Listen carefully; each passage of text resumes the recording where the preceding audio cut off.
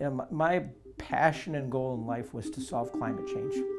But November 9th, 2016 changed everything.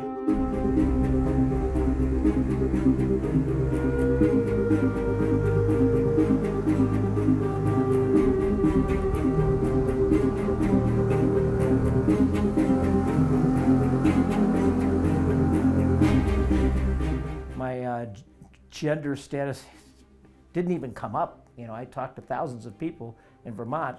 They were concerned about the issues. But on the national level, we're helping to expand America's moral compass, and especially at a time when there are people fighting to narrow our moral compass.